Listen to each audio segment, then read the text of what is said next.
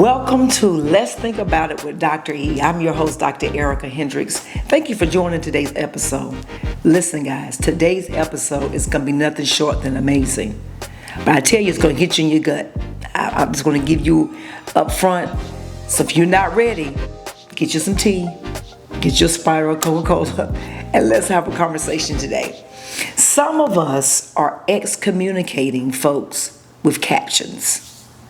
3 clap emojis, and others are just hiding our arm behind our head and saying, "Touch not my anointed."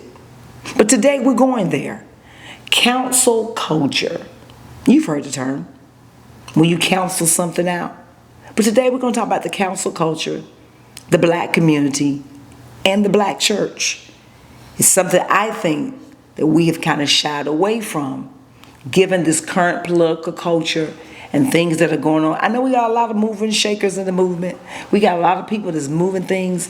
But I don't want us to forget that we cannot forget about the black church and the black community. You cannot counsel us out. I don't care what you try to do. We are a vital part of the movement. So before we go any further, I need for you to like, share, and tag. Go right down, because you're only going to catch this on YouTube. So I need for you to tell your mama, tell your sister, tell everybody, Dr. E is on today for another episode of Let's Think About It with Dr. E.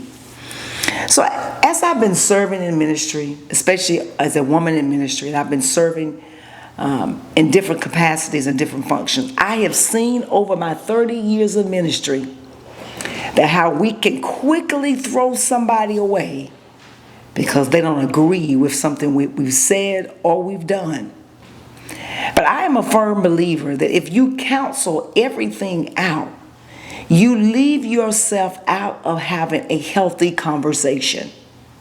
The Bible says, "Come, let us reason together." It did not say that we all were going to agree on the same thing, but we can reason together by having dialogue and conversation. But what I am finding in the black church, and it's been very disturbing to me, is that instead of us having a conversation, we're having a war of words on social media. We're having a war of words in the comments. We're going live and talking about "Thus saith the Lord." Now, don't get me wrong. I believe in the prophetic, and God will use me in that. But what I don't agree is the trauma and the harshness behind saying God said and God really didn't say. And what we've done, we've caused trauma and harm to people in the name of the Lord. And we don't realize the implications of that. And I want to give you this.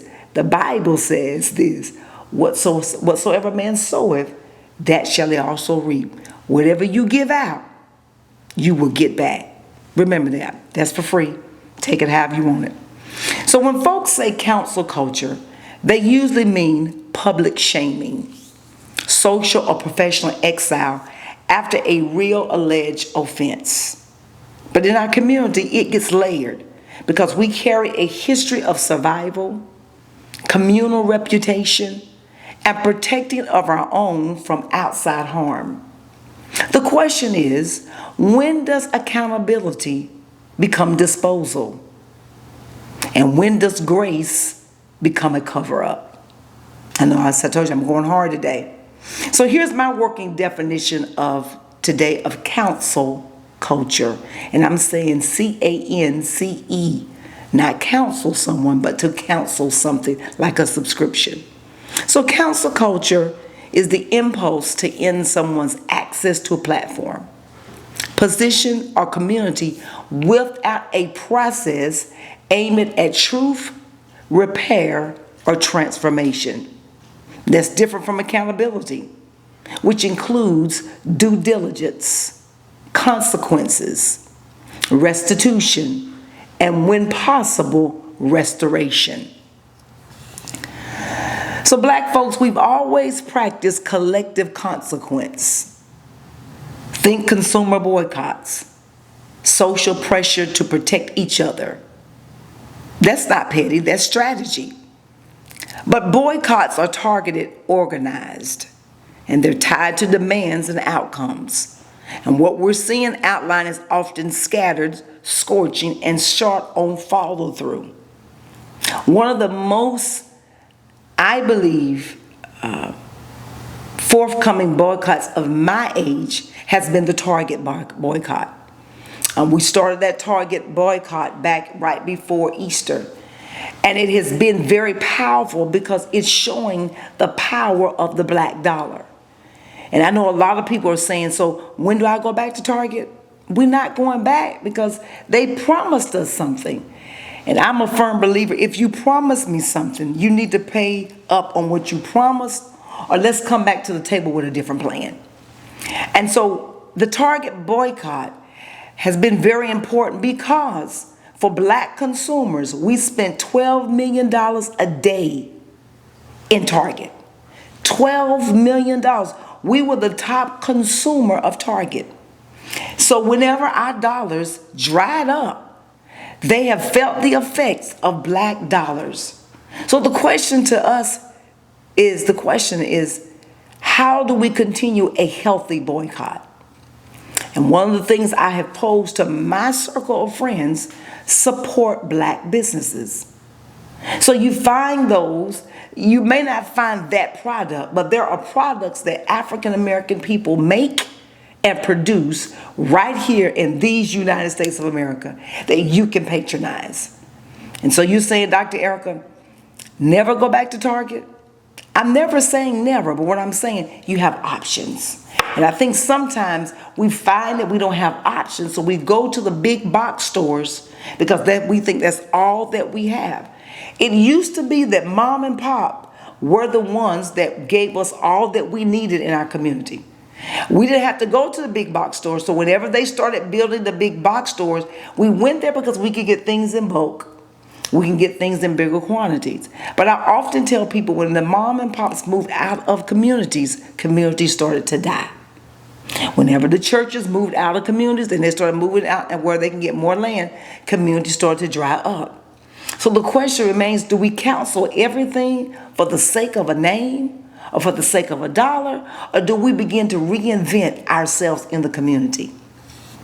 So through the church lens, Matthew 18, 15 through 17 addresses privately, then we witness, then community. We're going to talk about that in detail in just a minute. Trauma-informed means we prioritize survivor safety. The problem is whenever we counsel everything, we don't think about the emotions or the trauma behind that person. I recently had a friend of mine, he was told that his position was being phased out at a church. Now the question remains is, what he did was so important that I ask the question to myself, you're phasing that out, so who's going to do member care? Who's going to do funerals, which he did? Who's going to coordinate so many other things that he did? And I said to him, I believe it wasn't so much they phased your position out. You see, when people, especially in the black church, and I hate to say this, but I'm going to say it, there is an underlying agenda of jealousy that hides in the wind when we feel that someone is more gifted and talented. But lean in. We all have a gift. We all have an ability to be creative in whatever area of assignment God's called you.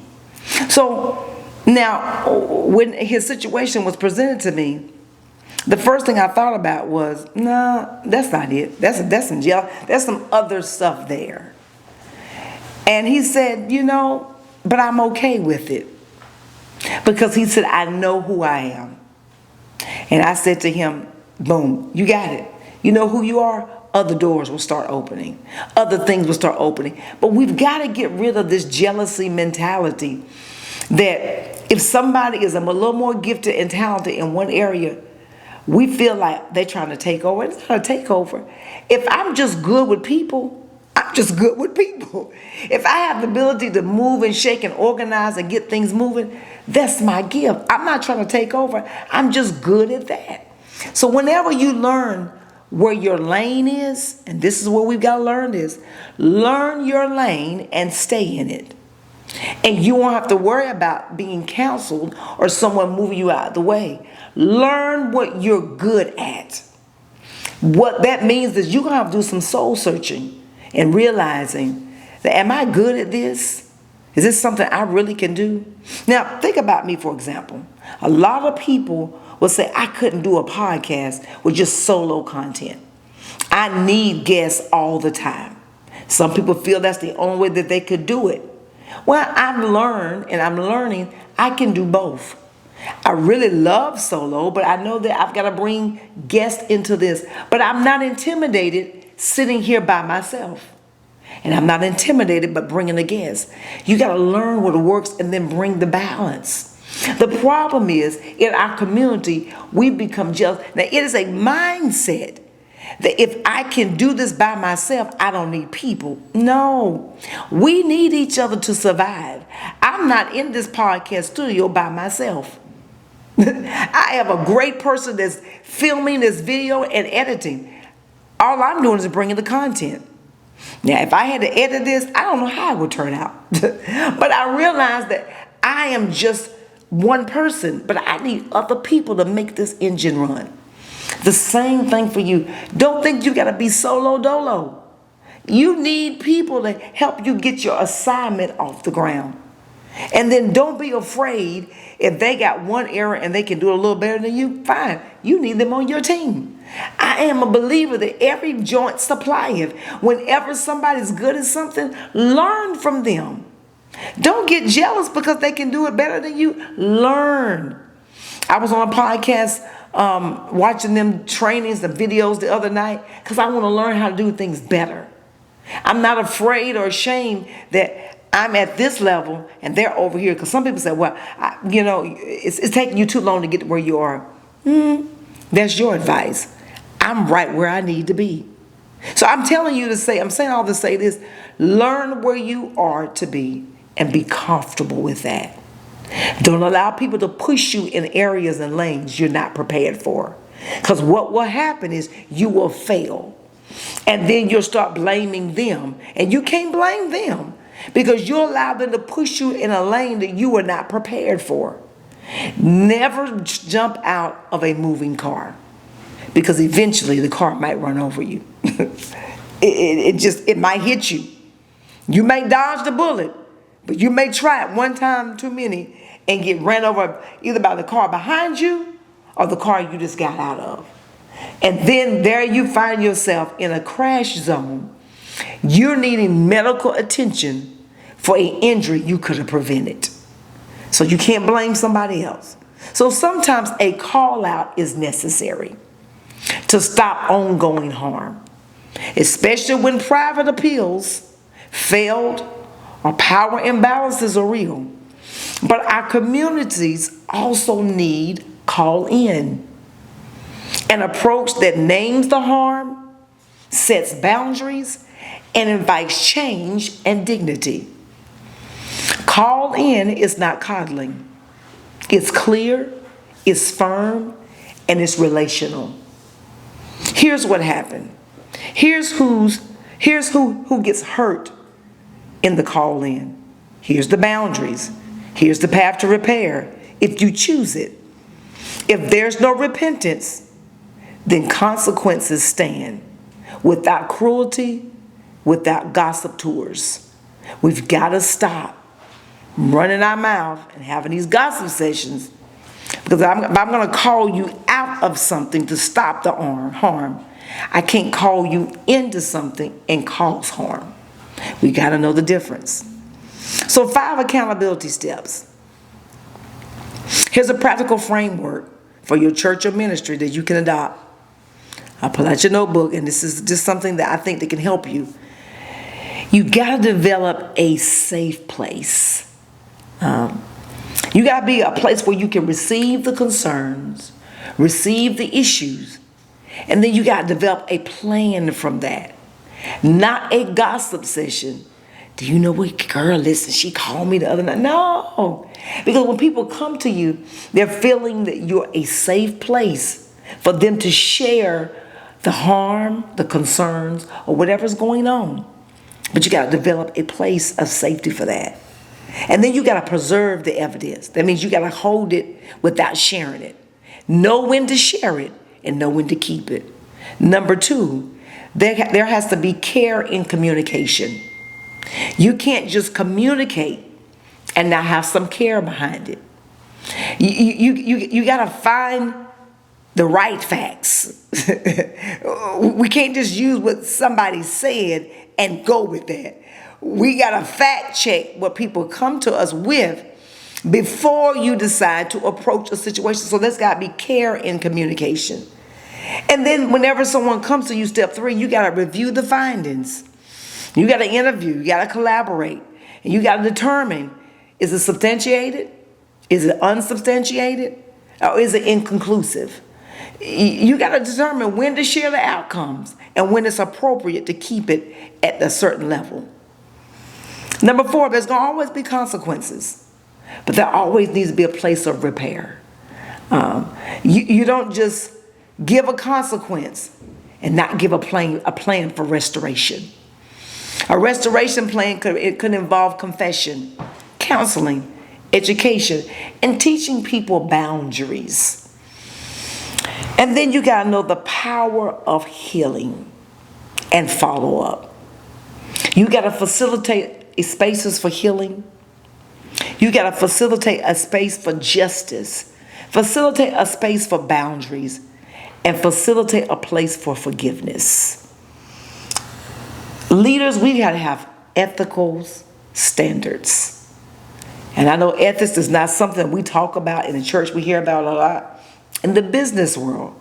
But you've got to have ethics from the pulpit to the back door. You got to have ethics on your social media posts. You've got to have ethics in how you move. Because believe it or not, people are watching your movement. When your ethics goes out the door, abuse comes in. Let me say it again. When ethics goes out the door, abuse comes in. It could be physical abuse. It could be verbal abuse. And we've seen it from the pulpit. I've seen abuse through sermons. We preach on people and we use examples through sermons and we put God in it. That is abuse. And then people don't think that people don't feel that abuse in their sermon, because they do. And then you wonder why people don't come back, because they often realize, if this is the type of messages or sermon you're going to preach, then this is not a safe place for me, for my family, for my children. So we've got to understand that wherever we are, there has to be some non-negotiables. I mean, there's got to be some non-negotiables. There's got to be a safe place. There's got to be image management. I mean, we've got to protect people's images. We cannot leave them out there. There's got to be boundaries.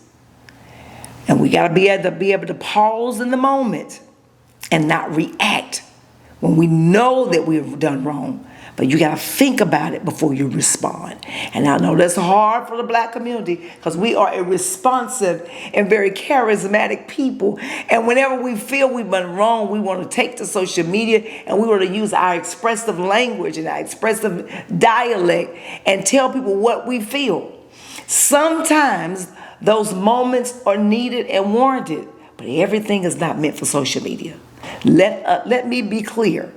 Some things we have caused because we felt like these platforms are made for everything and everybody. It's not.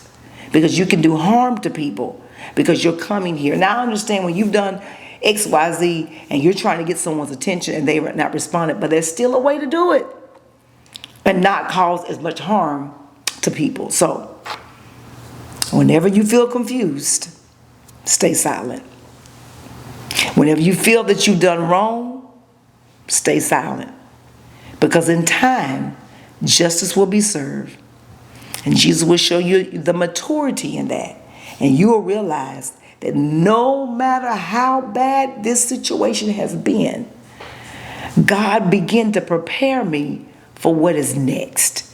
I am a firm believer, whenever there's a storm coming and a storm hits your life, God is preparing you for something bigger. He's preparing you for something you were not expecting. But sometimes you got to ride the storm out. Because on the other side of the storm, there's going to always be sun. And there's always going to be a clarity of the sky. Because storms don't always they don't come to stay. They pass through. And we've been in this rainy season here where I'm living. It's like we're having a storm every day. Every night a storm is coming. But the one thing that I'm realizing about the storm and the rain, I've been watching it, is that it's cleansing for something. It's moving, it's changing the landscape, it's doing what it needs to do. And some areas are getting flooded, some areas are getting washed away. And I feel for those people. But there's a rain that God is preparing us for that may not be a natural rain. But we got to prepare ourselves for the storm. So whatever you're going through and you're not quite sure, remain silent and allow God to speak to you in that situation. Because I am a firm believer God will speak. And he'll give you words and he'll tell you what to pray for. And he'll tell you what to say. He'll tell you when to be quiet. He'll tell you when to speak. How do I know? Because he's done it for me. He's told me, Erica, be quiet. He said, the time to speak. So the time for you to say anything. So I am a believer that if you stay firmly planted, and when God tells you to be quiet, and when he tells you to speak, it'll be right in his timing. God is a God of justice and mercy. Lord, teach us to protect the vulnerable, confront the powerful, including ourselves. God, help us to practice restoration with wisdom. Give us ears to hear and courage to act, and the humility to change and not compromise. That's my prayer for us, because I believe that no matter what you're going through, storms are going to come. But don't you be counseled because you feel like you don't matter. Let somebody else counsel the culture. Don't you be the one to counsel it. Because if you counsel something, be prepared to replace it with something. Because remember, whenever something's counseled, you got to call something out, and then you got to call something in, and you got to start building a plan. Thank you for tuning in to Let's Think About It with Dr. E. If this has been a blessing to you, I want you to drop some hearts in the comment section, because I believe trauma-informed accountability, we've got to be informed so we can help our people heal in this administration and in this season, because I believe that God has something prepared that's much greater than we can see. And I often tell people this: he said in his word that the government was upon his shoulders. And if the government is upon God's shoulders, we have nothing to fear. Trust God in this season and watch him work. Let's think about it.